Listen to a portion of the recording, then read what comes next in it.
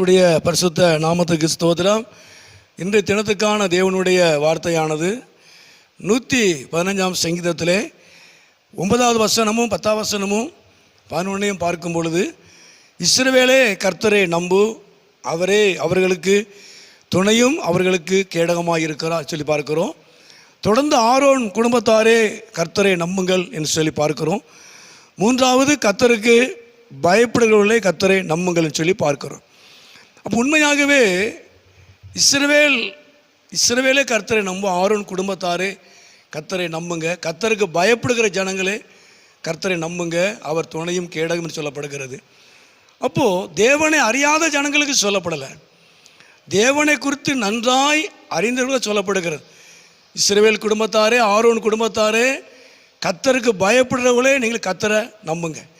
உண்மையாகவே ஆண்டவராகிய தேவனை நாம் ஏற்றுக்கொண்டிருக்கிறோம். ஆனால் ஒரு சில விஷயங்களில் நமக்கு அவர் மேலே நம்பிக்கை வருவதற்கு மிகவும் கடினமாக இருக்கிறார். நம்ம அவரை நம்புவதில் சில நேரங்களில் நம்ம தாமதம் பண்ணுகிறோம், நம்ம அவிசுவாசப்படுகிறோம், நமக்குள்ள ஒரு பயம் வந்து விடுகிறது.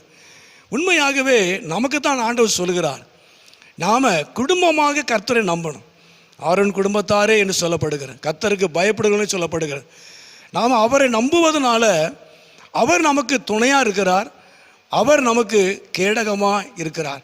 அதுக்கு முந்தின பகுதியில் கூட பார்க்கும் பொழுது, அதாவது அந்த 8வது வசனத்தில் அவைகளை பண்ணுகிறவர்களும் அவைகளை நம்புகிறவர்கள் யாவரும் அவைகளைப் போலவே இருக்கிறார்கள் சொல்லி பார்க்கிறோம். அதுக்கு முந்தின பகுதியிலே நம்ம அநேக காரியங்களை குறித்து பார்க்குறோம். ஒரு மனிதன் தன்னுடைய கையினால் உண்டாக்கப்பட்ட ஒன்றை அதை நம்புகிறான்.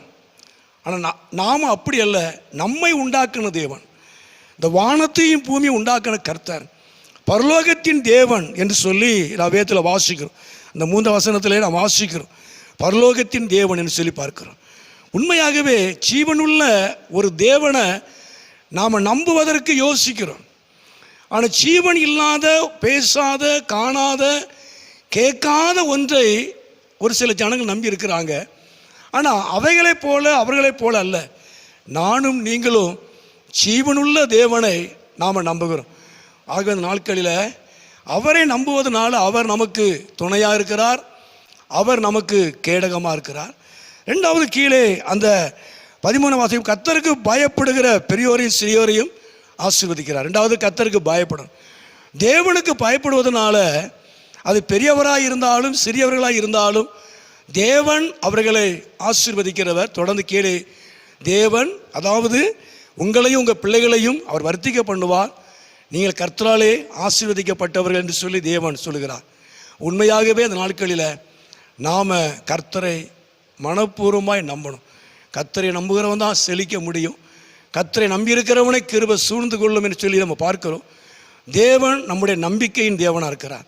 நாம் குடும்பமாக அவரை நம்பும் பொழுது அவர் நமக்கு துணையாய், நமக்கு கேடகமாக இருக்கிறார்.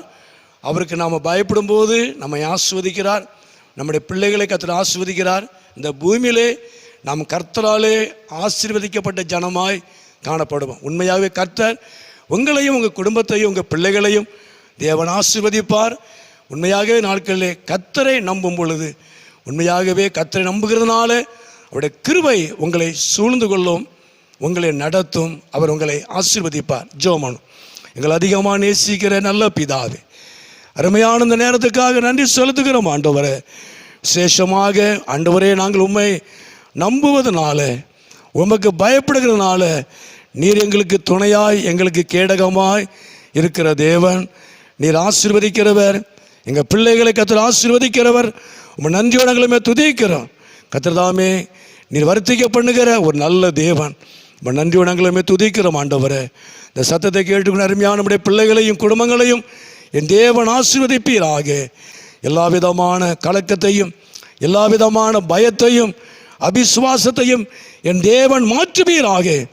ஆரோன் குடும்பத்தாரே கர்த்தரை நம்புங்கன்னு சொல்லப்பட்டது போல, அவர் நமக்கு துணையும் கேடகமாய் இருக்கிற சொல்லப்பட்டது போல, உம்மை நம்பி நாட்களிலே கர்த்தர்தாமே உம்முடைய நன்மைகளை, உம்முடைய பாதுகாப்பை பெற்றுக்கொள்ள கர்த்தர் உதவி செய்வீராக. கர்த்தரை நம்புவதனால கிருபை சூழ்ந்து வாசிக்கிறோம். உம்மை நம்புகிறதுனால உம்முடைய கிருபை ஆண்டவரே உம்முடைய ஜனத்தை சூழ்ந்து கொள்வதாக, உம்முடைய கிருபை உம்முடைய பிள்ளைகளை மூடிக்கொள்வதாக. நீர் ஆசீர்வதியும், உம்முடைய நாமத்தை மகிமைப்படுத்தும். இயேசுவின் நாமத்தில் ஜெபிக்கிறோம் நல்ல பிதாவே. ஆமேன், ஆமேன்.